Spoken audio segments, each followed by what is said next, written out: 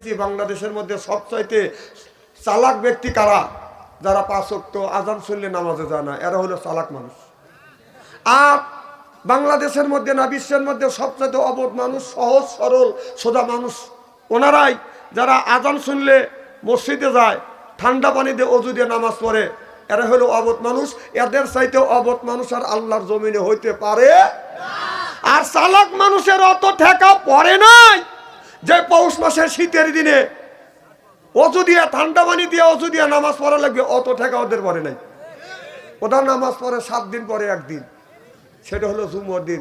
7 দিন নামাজ নাই, জুমার দিন টুপি মাথায় দিয়ে জুব্ব গায়ে দিয়ে মসজিদের আগের কাতারে দাঁড়ায়, জোরে করে গলা খ্যাক করতে দেখায়, আমি করে আইসি। এরকম মুসল্লি আছে না? ওদের নামাজ আবার 2 রাকাতের ভিতরে সীমাবদ্ধ। কয় রাকাত? ইমাম সাহেবের 2 রাকাত ফরজ নামাজ শেষ, মোনাজাত কমপ্লিট, ডিজিটাল মুসল্লি গুনি সুর করে বের হওয়া যায়। বাহ বাহ বাহ বাহ। তারপরে কি ভালোভাবে যায়, মেহরবানি করিয়া পুরন জুতো থিয়ে নতুন জুতো নিয়ে যায়। যদি বলা যায় ভাই দেন আপনি জুতো নিচ্ছেন, কাহ মাথা ঠিক নাই, এদিকের মাথা ঠিক আছে। বার্মির জুতো 70 টাকা দাম, 50 গ্রাম ওজন, পা ফালানোর আগে পা তোলার আগেই ওরে, সেটা নিয়ে এসে থুয়ে ও 1200 টাকা দাম বাটার জুতো, 1.5 কেজি ওজন।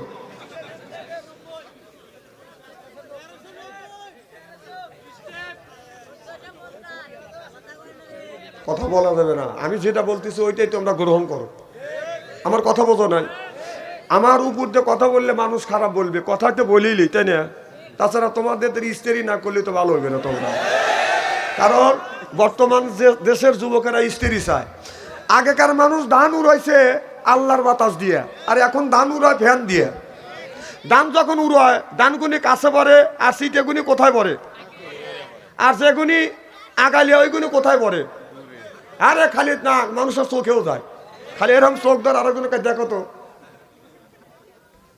দান হয়ে থাকো। আর কি বেশি বলা লাগবে নাকি? জ্ঞানীর জন্য এই কথাটি যথেষ্ট। তো আল্লাহ নামাজের কথা বলবে, আল্লাহ বলবে বান্দা বেনামাজি কি বলবে, বান্দা নামাজ পড়ছো? বেনামাজি ব্যক্তি বলবে আল্লাহ নামাজ পড়ছি। আল্লাহ বলবে নামাজ যখন পড়ছো বেহেশতে যাও। নামাজি ব্যক্তি বেহেশতের দিকে রওনা করবে, বেনামাজি ব্যক্তি 1 পা 2 পা ফেলবে। আল্লাহ যখন নিষেধ করবে না, বেনামাজি ব্যক্তি মনে মনে বলবে। দুনিয়ায় কত আলেম ওলামা বিটিভি দর্শনকারী বলেছে যে নামাজ না পড়লে আল্লাহ জান্নাতে দিবে না। আমিও নামাজ পড়ি নাই, আমার আব্বা পড়ে নাই, আমার দাদাও পড়ে নাই, একটা মিথ্যা কথা বলে আল্লাহর জান্নাতে যাচ্ছি, কি খুশি। আমি কই আগিয়ে যা, জান্নাত তোর বাবার না। যাইতে যাইতে জান্নাতের দরজার সামনে গিয়ে দাঁড়াবে, লক্ষ্য করে দেখবে বিরাট বড় তালা ঝুলতেছে। তালা বোঝেন তো? নামাজি ব্যক্তি হাত লাগাবে, তালা খুলিয়ে দেবে। সুবহানাল্লাহ।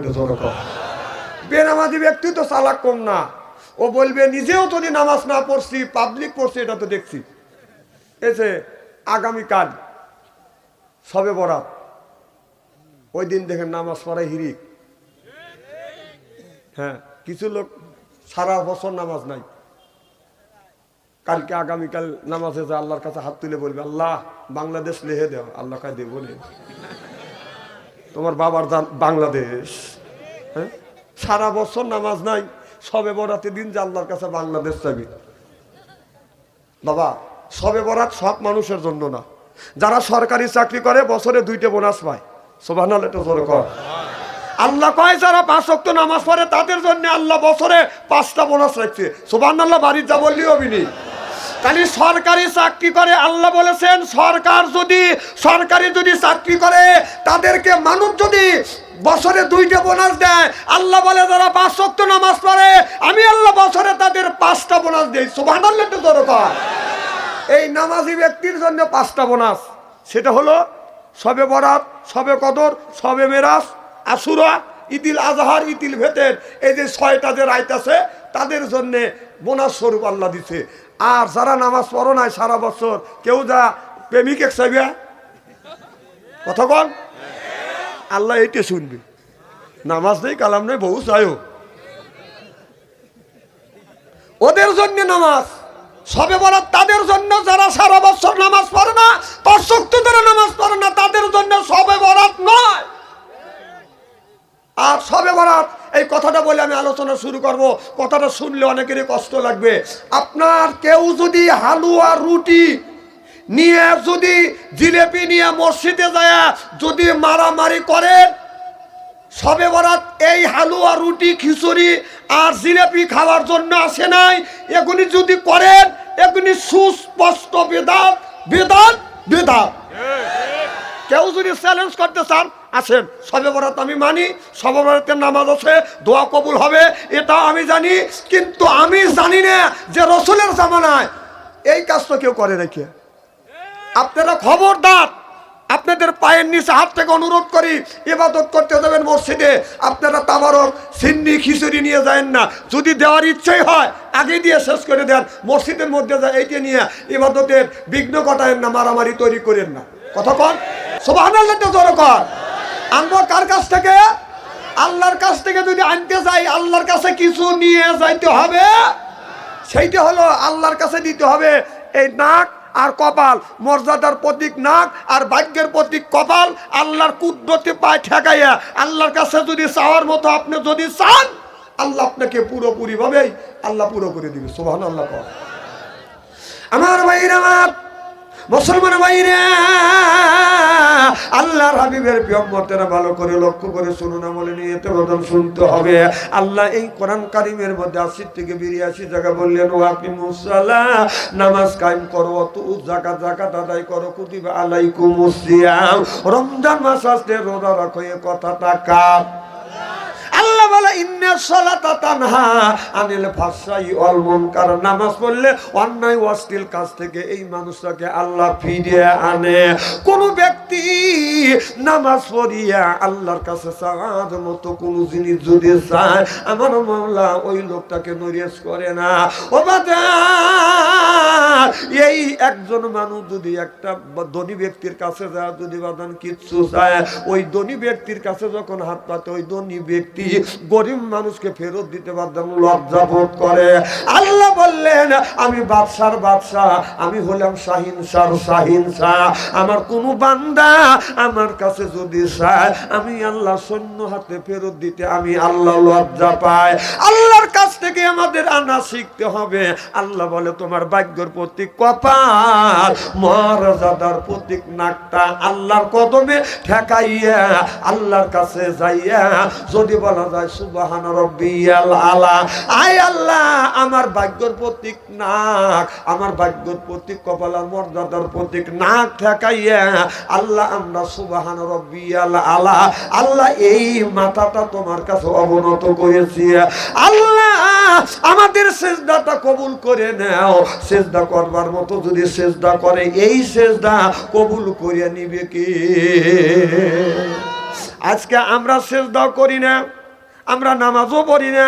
নামাজের কথায় আল্লাহ ৮০ থেকে ৮২ জায়গা যদি বলে থাকে, কোন জ্ঞানে নামাজ ছেড়ে দিয়ে মাথায় রাখছো বড় বড় ফুল, ওই লোকটা করে বাদান ভুল। পরনে হলো পাটের শালা, হাতে হলো ত্রিশূলা লোহার বালা, গলা হলো পুটির মালা।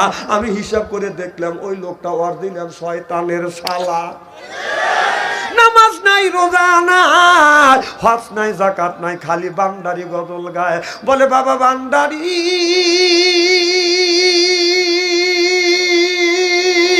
এই আলিফ লাম মিম ৩ হরফে ৩০ পারা কোরআন, তার ভিতরে বান্দারি কয় বাড়ি গাড়ি পাবি। ও যে বান্দারি করিলে দোয়া, যেথায় যাবা চাকরি পাবা, কাগজ কলম সেরাই বাবা করে মাস্টারি।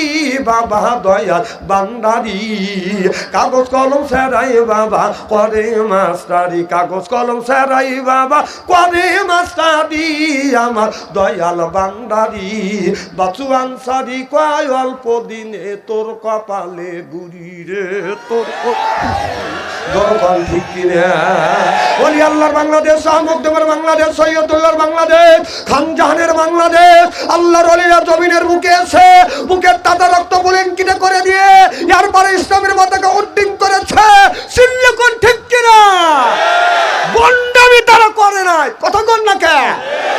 এরা বন্ডামি করে নাই। আমাদের দেশে বন্ডামি করা হচ্ছে। যদি উচিত কথা বলি আর আগামী বছর আমাকে আনবে না, এটা আমি জানার পরেও আমার বলতেই হবে।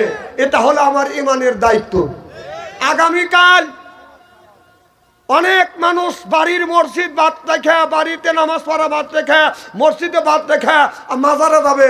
ওই মাজারে যারা আছে নিঃসন্দেহে তারা জিন্দা, যারা মাজারে আছে তারা নিঃসন্দেহে কি না। মাজারে যারা থাকে, যারা যে মাজারে যে শুয়ে আছে, যে উনি শুয়ে আছে, নিঃসন্দেহে সে জিন্দা। কিন্তু যারা ওই দিন সিজদা দিবে যাবে মাজারে, ওরা এক নম্বর বন্ড বন্ড। কতক্ষণ? তিনজন লোক জনগণ ঠিক কিনা? আল্লাহর কথা বলতে ভয় লাগে নাকি? খবরদার, আগামী কাল মাজারে যায় জানি মোমবাতি জ্বলাবেন না। কি ঠিক আছে তো? আগরবাতি জ্বলাবেন না, কারণ যে মানুষ মারা গেছে তার কবরের ভিতরে, তার কবরের উপরে আগরবাতি জ্বলান যাবে না, যাবে না, যাবে না। আর তার কাছে যায় কিছু চাওয়াও যাবে না। চাবো কার কাছে? জনগণ কার কাছে যাবো? আল্লাহ